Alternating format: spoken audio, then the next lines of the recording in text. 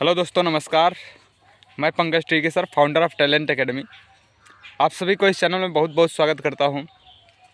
बहुत सारे विद्यार्थियों का जो रेलवे ग्रुप डी में जो फार्म नहीं भरे हैं अभी तक, तो उनके लिए एक अच्छी खुशखबरी है कि वह उनका जो फार्म फिलअप करने का जो लास्ट डेट था 22 फरवरी, वह मेरे दोस्त 22 फरवरी से बढ़ कर के और 1 मार्च तक हो गई है। यानी विद्यार्थी जो भी अभी तक फार्म नहीं भरे हैं वह अपने फार्म को 1 मार्च तक फार्म को फिलअप कर सकते हैं। ठीक है।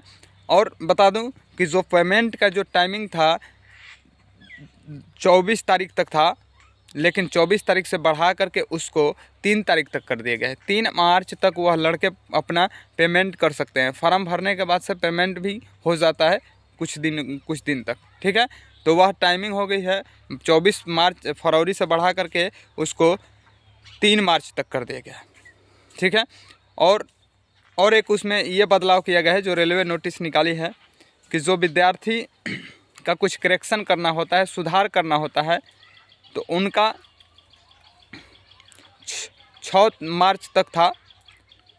6 मार्च तक अपना करेक्शन सुधार कर सकते हैं, लेकिन उसको भी टाइमिंग को बढ़ा करके 4 मार्च से बढ़ा करके 13 मार्च तक कर दिया गया है। यानी 4 मार्च से 13 मार्च के बीच में बच्चे अपना करेक्शन यानी सुधार कर सकते हैं। मैं बता दूं कि बहुत सारे विद्यार्थियों का अपने फॉर्म फिलअप करने में बहुत परेशानियां हो रही थी। साइट नहीं चल रहा था, सर्वर बहुत दिक्कत हो रही थी, पेमेंट करने में दिक्कत हो रहा था। तो अब घबराने की बात नहीं है, अब आपको बेहतर एक टाइमिंग मिल चुका है। ठीक है। और आज ही आप फार्म को भर लें, क्योंकि अगर आपको फार्म भरना है तो आज ही आपके लिए लास्ट डेट है। आप 1 मार्च तक इंतज़ार ना करें, आप अपना फार्म आज ही भर लें। तो आई होप कि आप समझ गए होंगे कि जो रेलवे ग्रुप डी ने जो नोटिस निकाली है, ग्रुप डी के भर्ती में क्या क्या बदलाव हुए हैं, हमने एक एक करके बता दिया।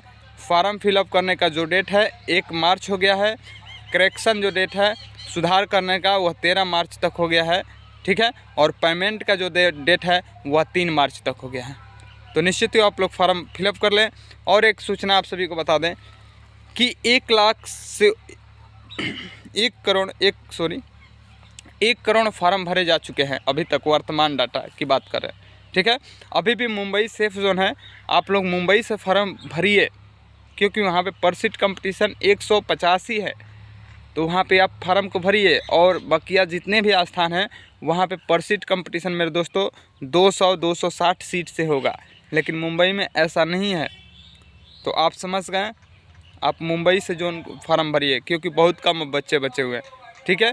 और एक सूचना आप सभी को बता दूं कि आप सभी को पता ही है कि दिल्ली में चुनाव का माहौल चल रहा था, चुनाव ख़त्म हो चुका है।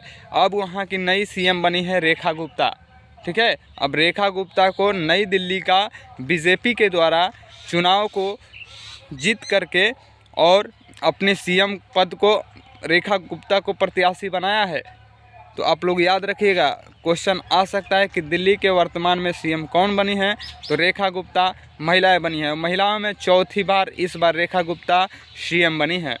मैं बता देना चाहता हूं कि टोटल विधानसभा दिल्ली में सीटों की संख्या 70 थी, जिसमें 48 बीजेपी ने जीत करके पूर्ण बहुमत से सरकार बनाई थी। वहीं अगर आम आदमी की बात कर लेते हैं तो आम आदमी की पार्टी ने 22 सीट जीती थी और कांग्रेस 1 भी सीट नहीं जीती थी। यानी जो वहाँ पे सीट बनाई है दिल्ली में, सरकार जो अपनी सीएम की दावेदारी ठोकी है, पूर्ण बहुमत से 48 सीट जीती है। तो ये सारे क्वेश्चन आप सभी के आ सकते हैं रेलवे ग्रुप डी में, तो आप इसे भी याद रखें। ठीक है। तो आप सभी का बहुत सारा डाउट्स क्लियर हो गया है इस वीडियो में। तो फार्म आप बहुत जल्द भरें। तो थैंक्स फॉर वाचिंग, मिलते हैं नेक्स्ट डे, तब तक के लिए जय हिंद।